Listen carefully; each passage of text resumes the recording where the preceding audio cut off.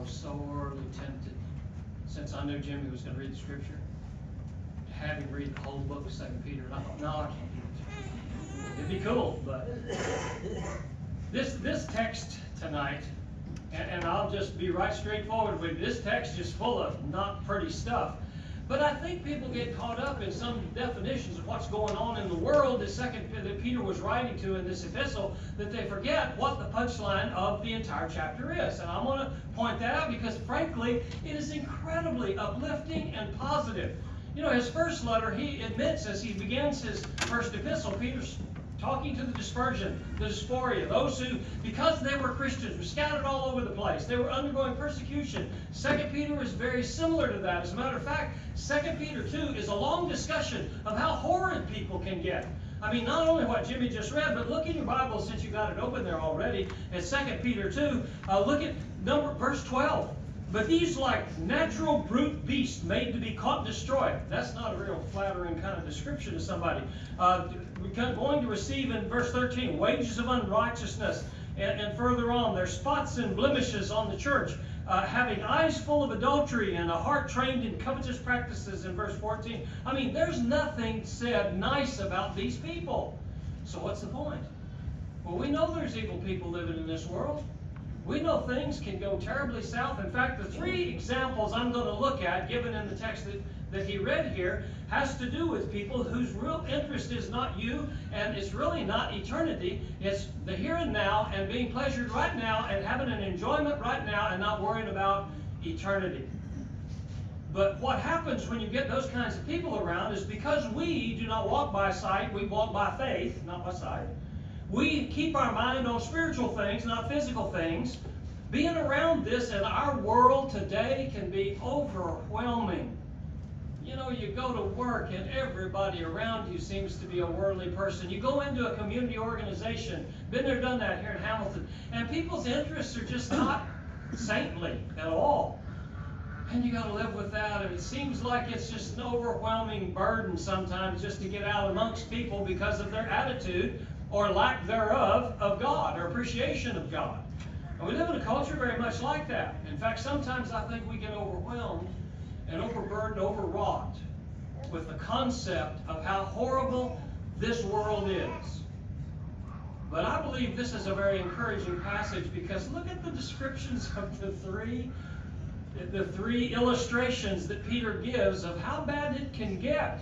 I mean, let's first talk about the idea of angels that God did not spare. Now, I don't want to get off into angelology. It's fun. It's a fascinating study. But let's suffice it to say that Matthew 25:41 says that hell, the permanent hell, not the hell mentioned in this verse, that verse is talking about Tartarus, that place they are waiting, and we would be waiting. If we go, after we die here, we go to the Hadean realm, which is paradise on one side where Abraham and Lazarus are, and then you got the other side where the rich man was. That's Tartarus.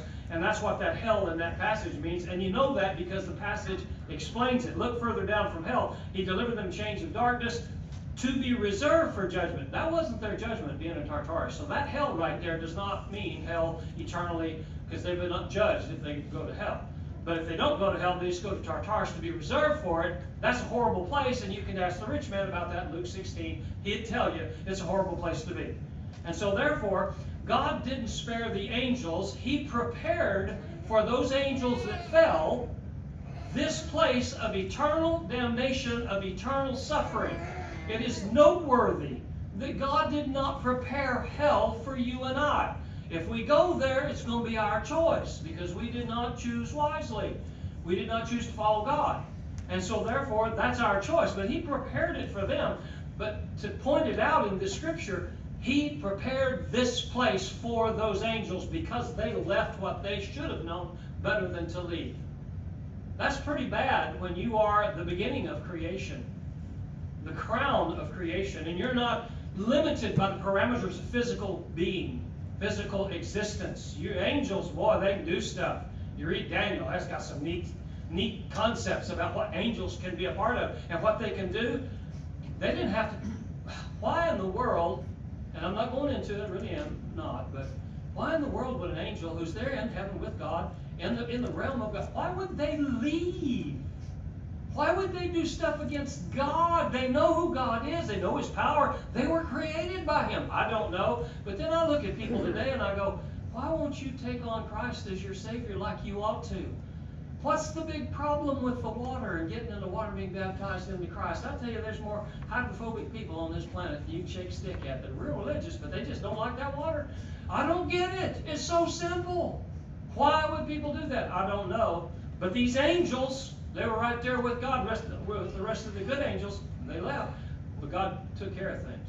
Notice the next one, the world. God created the world, and in the very beginning, He created everything, and when He got done with it, He didn't say, every time He got finished with the day, oh, this is good, okay? But at the very end, He said, and there's a Hebrew word for it, this is very good.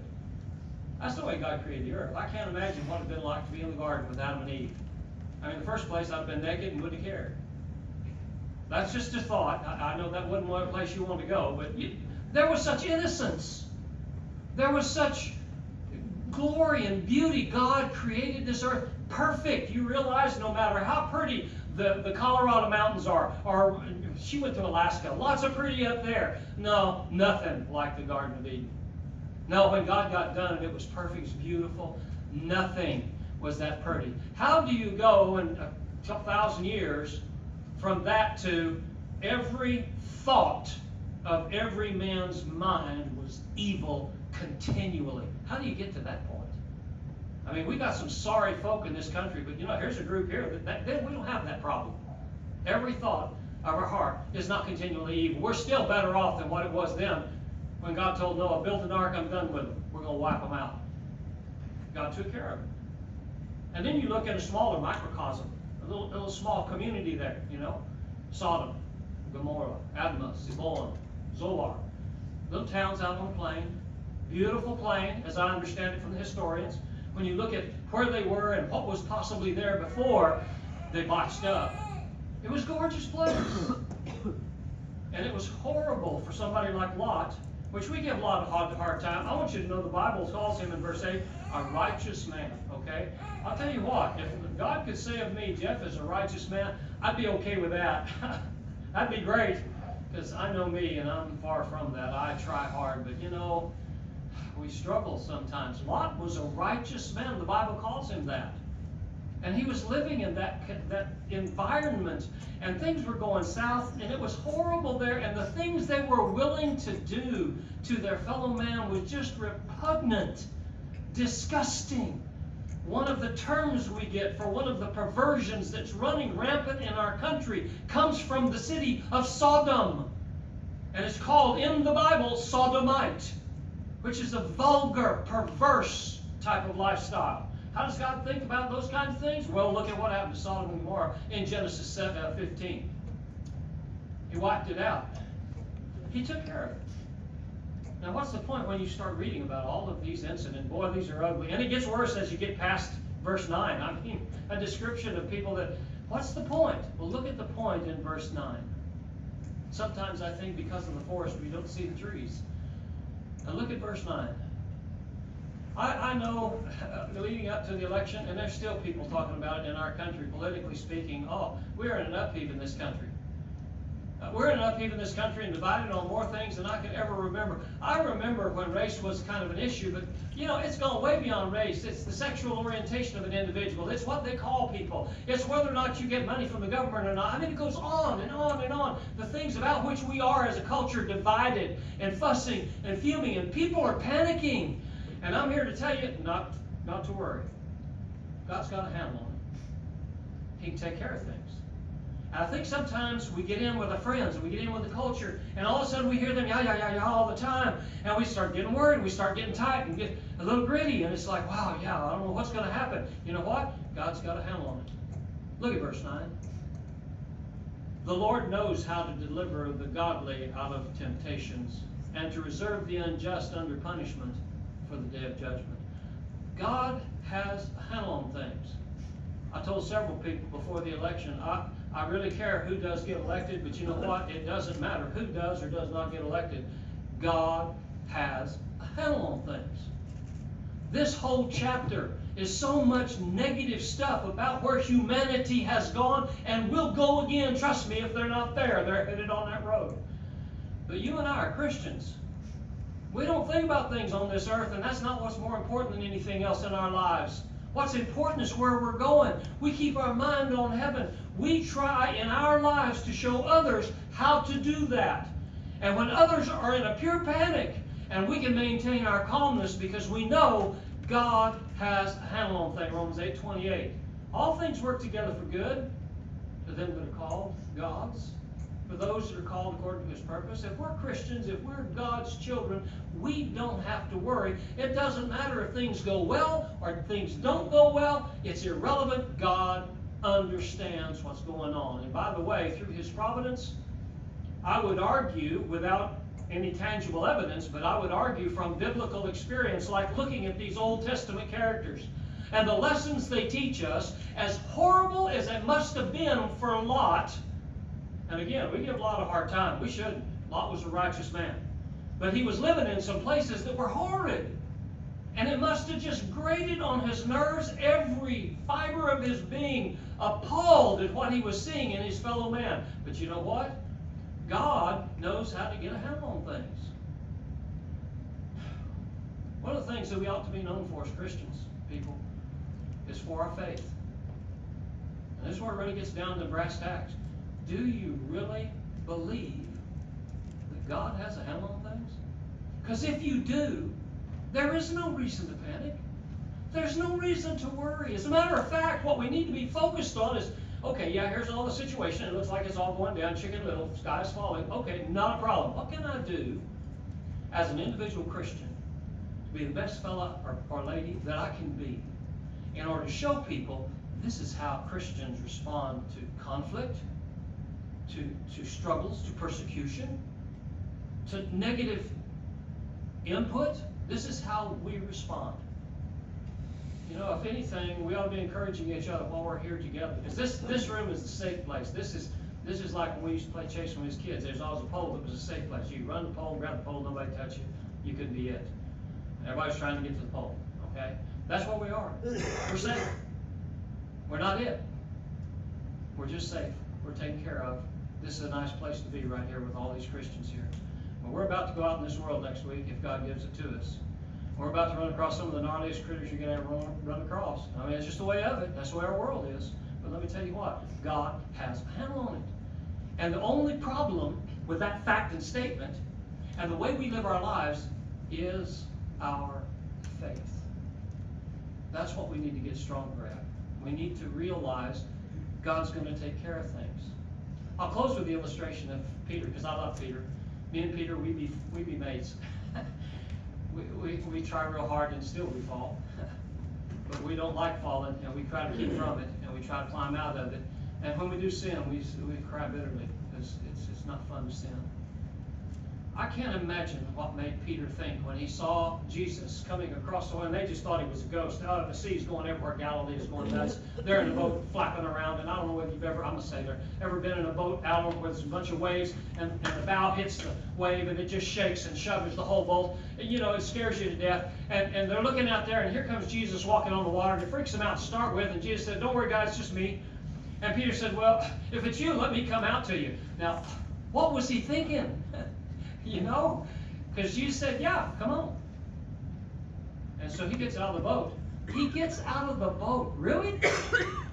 And then he starts walking. I give him credit. I'm not sure how he got out of the boat. I just said, "I believe you, Jesus. Come on. I'll beat you when you get to the boat." I'm afraid my faith is not nearly as strong as his, but he got out of the boat. But you know where it came? It went sideways. It went sideways when his faith drifted. Because he took his eyes off the Lord and started looking around. Oh, look at the waves. Oh, it's going to get me. Oh, no, what now? And that's the way we as Christians live when we have no faith. We're too busy focused on the world. We don't believe what Peter told them. And I think Peter was one of the most qualified of all the apostles to make a comment like this. If you believe in God, He's got a handle on it, okay? Peter could tell us, "I know this." I started looking away and I started sinking, and I said, "Oh, Lord, help me." And the Lord reached over and He pulled me up. Folks, it's our faith, really, that comes into question. Do you really believe that God has a handle on things? Because He says He does. Do we believe what He says? If we do, it will change our entire focus about life and how we live it. Yeah, there's lots of stuff going wrong in our country. Maybe stuff going wrong in our family. But you know what? God has a handle on it. And if we trust God, we just need to do what we need to do that's right, and God will take care of the rest of it. And that's my message tonight. All this ugly stuff in 2 Peter, oh, it all makes for good. Fact is, last week I talked about dog vomit. I did, right? There's all kinds of stuff in here to be talked about. But you know what? God has a handle on it. And so therefore we need to trust Him. We need to have faith in Him. And we need to have that so ingrained in us that people see that. And they say, I don't know what they got, but I want what they got. Because it sure makes life easier to live on this earth while you're waiting to go to the best place you could ever possibly go. We all want to get to heaven, and we won't do it without faith. If you don't believe what God tells us, you're not going to make it. Without faith, it's impossible to please Him. For he who comes to God must believe that He is, and that He is a rewarder of those who diligently seek Him. I would invite you tonight, diligently seek Him. If you haven't been and need encouragement for the change, respond to the invitation as we stand together and sing. Would you lift for